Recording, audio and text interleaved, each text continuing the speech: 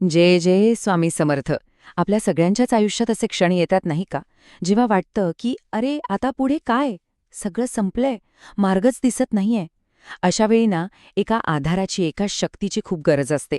तर आज आपण गनाव हेच बघणार आहोत की स्वामींचा मार्ग आपल्याला या सगळ्या अडचणींमधून बाहेर पडायला कशी मदत करतो.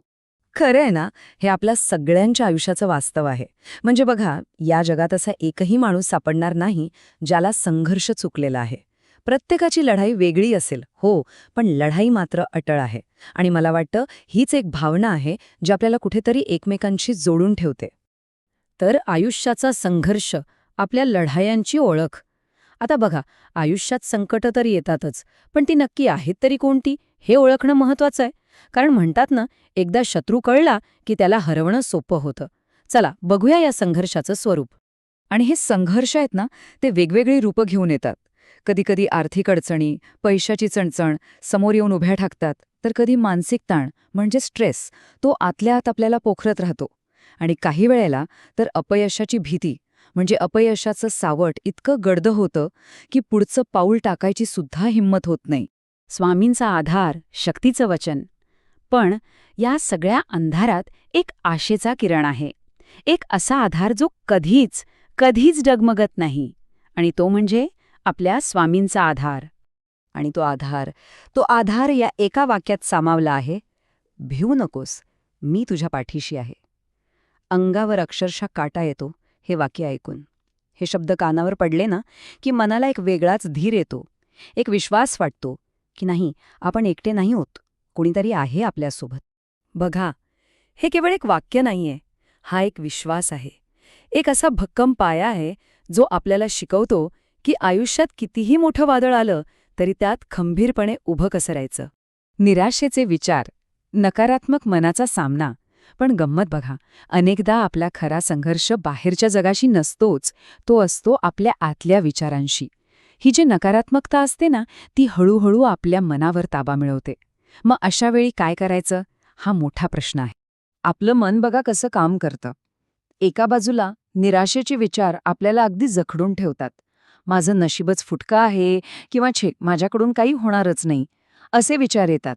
पण दुसऱ्या बाजूला आहे स्वामींचं तत्वज्ञान. आणि स्वामींची शिकवण या सगळ्या नकारात्मक विचारांना साफ नाकारते. ती आपल्याला एक पूर्णपणे नवीन दृष्टिकोन देते. कर्म आणि श्रद्धा, पुढचा मार्ग. मग प्रश्न येतो की ह्या नकारात्मकतेतून बाहेर कसं पडायचं. तर स्वामींनी आपल्याला 2 खूप शक्तिशाली साधनं दिली आहेत. पहिलं आहे कर्म आणि दुसरं आहे श्रद्धा. चला जरा समजून घेऊया की हे दोन्ही मार्ग आपल्याला पुढे कसे घेऊन जातात. स्वामींचा मार्ग आहे ना, तो एकदम सरळ आणि सोपा आहे. ते काय म्हणतात, तू तुझं काम प्रामाणिकपणे करत राहा, म्हणजे कर्म कर, आणि त्यात श्वासात ते पुढे म्हणतात, आणि बाकीची सगळी चिंता माझ्यावर सोडून दे. सोपं आहे की नाही.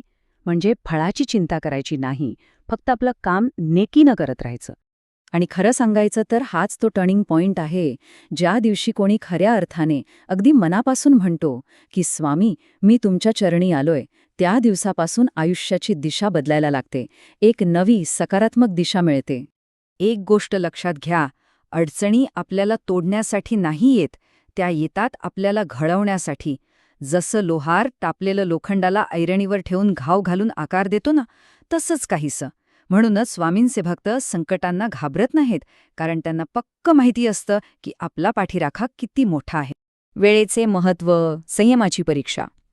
चला आता या प्रवासातल्या आणखी एका महत्त्वाच्या गोष्टीबद्दल बोलूया, ती म्हणजे वेळ आणि संयम. कारण स्वामींच्या मार्गावर चालताना या 2 गोष्टींची परीक्षा वारंवार होते. असं होतं ना कधीकधी की माणूस अगदी थकून जातो, मनाने पूर्णपणे हरलेला असतो आणि डोळ्यांत फक्त पाणी. अशा वेळी काय करावं, कुठे जावं, काहीच सुचत नाही. आणि अशा वेळी या प्रश्नावर स्वामींचं एकच उत्तर आहे, वेळ सगळ्याला उत्तर देते, फक्त विश्वास ठेवा. आजची परिस्थिती कितीशी वाईट वाटत असली ना, तरी ती तशीच राहणार नाही. काळ सगळं काही बदलतो.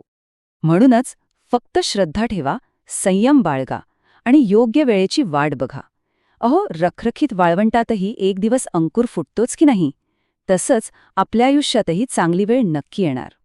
आणि लिहून ठेवा, एक दिवस नक्की असा येईल जेव्हा आपण मागे वळून पाहू आणि आपल्या मनात फक्त एकच भावना असेल, स्वामी तुम्ही खरंच माझी साथ दिलीत, आणि ती जी कृतज्ञतेची भावना असेल ना, ती शब्दांत सांगता येणार नाही. अंतिम विश्वास, तुमचा अढळ आधार. चला तर मग या सगळ्या चर्चेचा सार काय आहे ते पाहूया. तो एक अंतिम विश्वास जो नेहमी आपल्यासोबत असायलाच हवा. त्यामुळे एक गोष्ट कायम लक्षात ठेवायची, परिस्थिती कशीही असो, कितीही वाईट असो, कधीही खचायचं नाही, कधीच हार मानायची नाही. कारण कोणीतरी आहे जे नेहमी आपल्या पाठीशी आहे. आणि ती एक गोष्ट म्हणजे स्वामी समर्थ आहेत, चिंता कशाला? हा प्रश्नच खरं तर उत्तर आहे. हाच तो विश्वास आहे जो आपल्याला प्रत्येक परिस्थितीतून मार्ग दाखवतो. जय जय स्वामी समर्थ.